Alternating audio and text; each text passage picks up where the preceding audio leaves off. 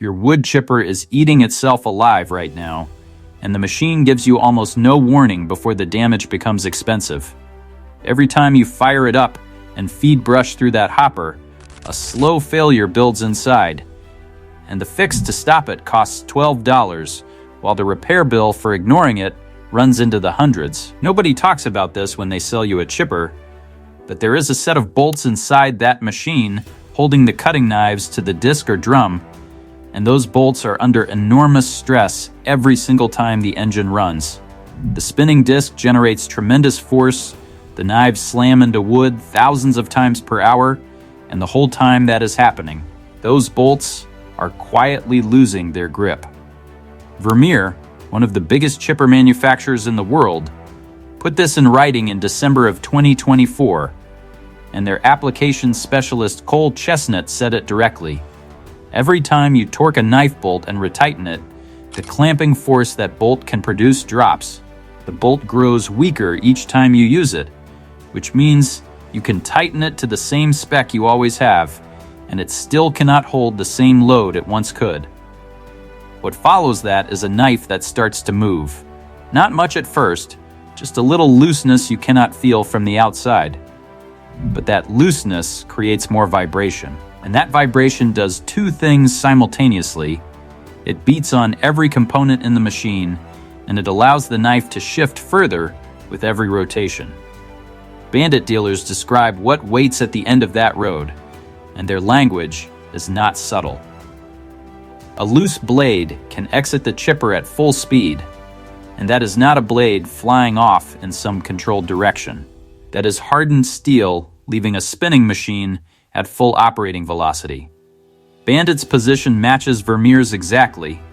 Replace the knife bolts and lock nuts after 4 to 5 knife changes or rotations, use only factory-approved hardware, and treat non-OM bolts as a safety hazard, because that is precisely what they are. The $12 number is more literal than most people expect, and American Cutting Edge, a commercial blade supplier, makes the math easy. A Bandit-compatible knife bolt runs $3 each, the lock nut adds about 75 cents, and a small hand-fed disc chipper typically carries 4 knives, which puts fresh hardware for the entire machine right around $12 to $15 total. That $12 is standing between you and some genuinely painful numbers. Bearing replacement on a commercial chipper runs between $200 and $500 per bearing for the part alone, and a Moorbark disc bearing was quoted at around $400, plus a full day of downtime to pull and replace it.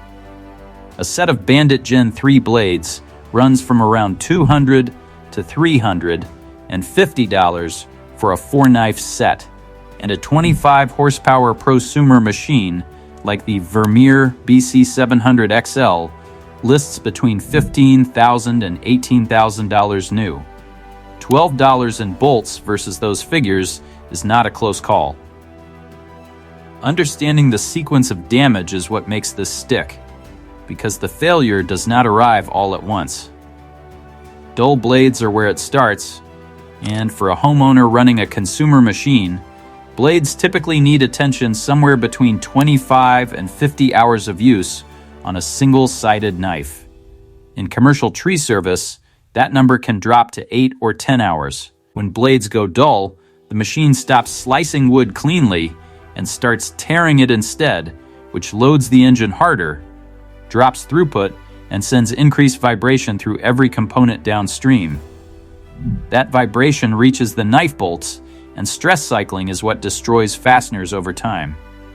Which means dull blades are directly accelerating the bolt failure described above. Dull blades also change the relationship between the knife and the anvil, and this is where it gets worse, because the anvil is the stationary metal bar the spinning knife cuts against, and it functions like the lower jaw of the machine. American Cutting Edge calls the anvil the most overlooked part of the chipper, and with good reason. Every time a knife gets sharpened and ground slightly shorter, it sits a little further back in its seat, which automatically widens the gap between knife and anvil.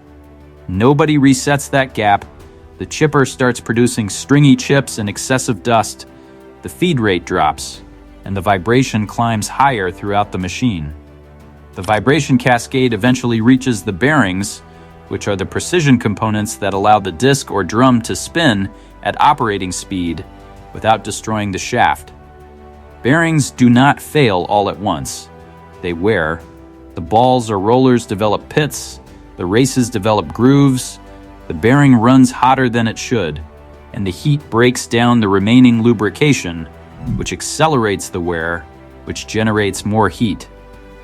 One owner on the Treehouse forum documented exactly this happening on a Morbark chipper and described bits of metal flying from the disc bearings, which is the point where a bearing has failed completely.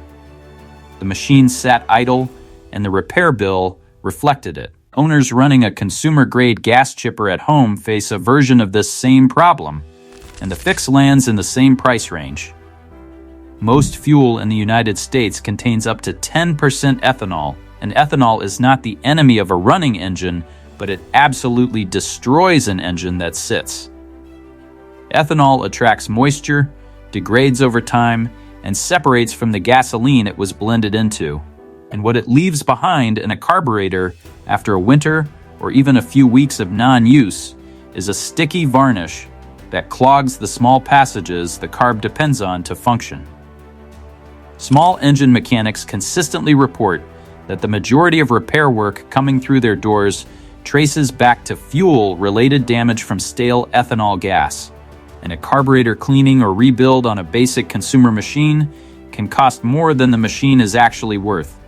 The fix is a bottle of fuel stabilizer, and brands like Stabil, Startron, Seafoam, and VP all work, with most bottles priced between $6 and $10 and covering multiple tanks of fuel. Run ethanol-free gasoline when you can source it, stabilize the fuel when you cannot, and drain the carb or run the machine dry before any extended storage period. There is a third fix in this same price range, and many owners never learn it exists. Every chipper running a disc, drum, or any rotating shaft in a bearing housing carries grease fittings, which are small threaded nipples pressed into the bearing housing where a grease gun delivers lubricant directly into the bearing. These fittings are called zerks, and on many machines sold to homeowners. Nobody explains where they are or that they need regular attention. Owners run the machine for years without touching them, bearings run dry, metal contacts metal, the bearing runs hot, and the remaining lubrication breaks down faster because of the heat, which is the same spiral that ends in failure. The correct lubricant for chipper bearings is EP grease, meaning extreme pressure formulation, and many manufacturers specify moly EP grease, which contains molybdenum disulfide and handles high-load applications well. A tube of the correct grease costs a few dollars, and most manufacturers call for service every 10 to 40 hours depending on the machine, but the one warning that forum veterans repeat consistently is to not over-grease. Too much grease in a sealed bearing blows the seal, and a blown bearing seal lets contaminants in and grease out, which defeats the purpose entirely. Fill to roughly 30% of the bearing cavity and stop when you feel slight back pressure from the gun. Pitot-driven chippers carry a different version of the $12 fix, and it takes the form of a shear bolt. This bolt sits on the rotor shaft and serves as a deliberate weak point. If the chipper hits something it cannot process, and the rotor tries to stop suddenly, the shear bolt snaps, absorbing the shock load so the gearbox, shaft, and frame do not have to. A single shear bolt costs under $10, and a box of 10 runs around $15. The rule that cannot be overstated here is this: never replace a shear bolt with a harder grade bolt. Wallenstein specifies an M8 by 45mm grade 8.8 for the BX40 model, and the grade is not a suggestion. A stronger bolt will not shear when the rotor stops, which means the load transfers directly into the gearbox and drivetrain, and that trade turns a $5 part into a $500 repair. Pulling this all into a maintenance sequence that actually holds together starts at knife change time, and the rule is simple: every time the knives come out, fresh bolts and lock nuts go back in. Bandit puts it at every 4 to 5 knife changes, and Tree Care Machinery lands at roughly every 2 full sets of dulled blades, but either way, the bolts are not reused indefinitely. Torque matters, and for a 5/8 11 grade 8 bolt, American Cutting Edge specifies 170 foot-pounds with oiled threads. That is not hand-tight, and a torque wrench is not optional here. Every knife change also means resetting the anvil gap, and the spec lives in the machine manual because it varies considerably between models, ranging from around 10 thousandths of an inch on some small units to over 100 thousandths on larger commercial machines. The principle is the same regardless of the number. Set it, verify it, and record it so you have a reference point next time. Belt tension deserves attention every 10 to 15 hours of operation, and Dr. Power lists drive belts as an owner-maintained wear item, which means they expect owners to manage this themselves. Many chipper belt sizes are common automotive belt sizes available at Napa or Tractor Supply for significantly less than dealer pricing, and Kevlar or Aramid belts are a worthwhile upgrade on machines that eat standard belts quickly. On any consumer machine, fuel stabilizer goes in every tank unless the machine runs weakly or the carb gets drained before storage. On a toe chipper, 3 spare shear bolts of the correct grade stay on the machine at all times, because losing one in the field without a replacement stops the workday cold. The wood chipper market in the United States alone was estimated at around $85 million in 2024 by Grandview Research, and these are not backyard toys.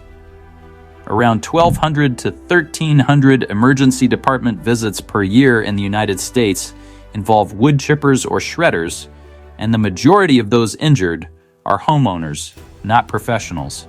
The CDC documented 31 occupational fatalities over the 11-year span from 1992 to 2002, and a peer-reviewed study covering 34 years from 1982 to 2016 found 113 worker deaths. These machines carry real consequences when maintenance does not happen, and many of those failures started with skipped service. The math on prevention does not require debate. $12 in knife bolts, $6 in fuel stabilizer, a few dollars in EP grease, and a $10 shear bolt cover the 4 most common failure points on almost any chipper running today. $200 to $500 per bearing, $300 to $400 for a blade set or a lost workday with a machine down are what those small purchases are preventing. Check your bolts, reset the anvil gap, grease the zerks, stabilize the fuel, carry the right shear pin. That is the $12 fix, and now you know exactly where to start.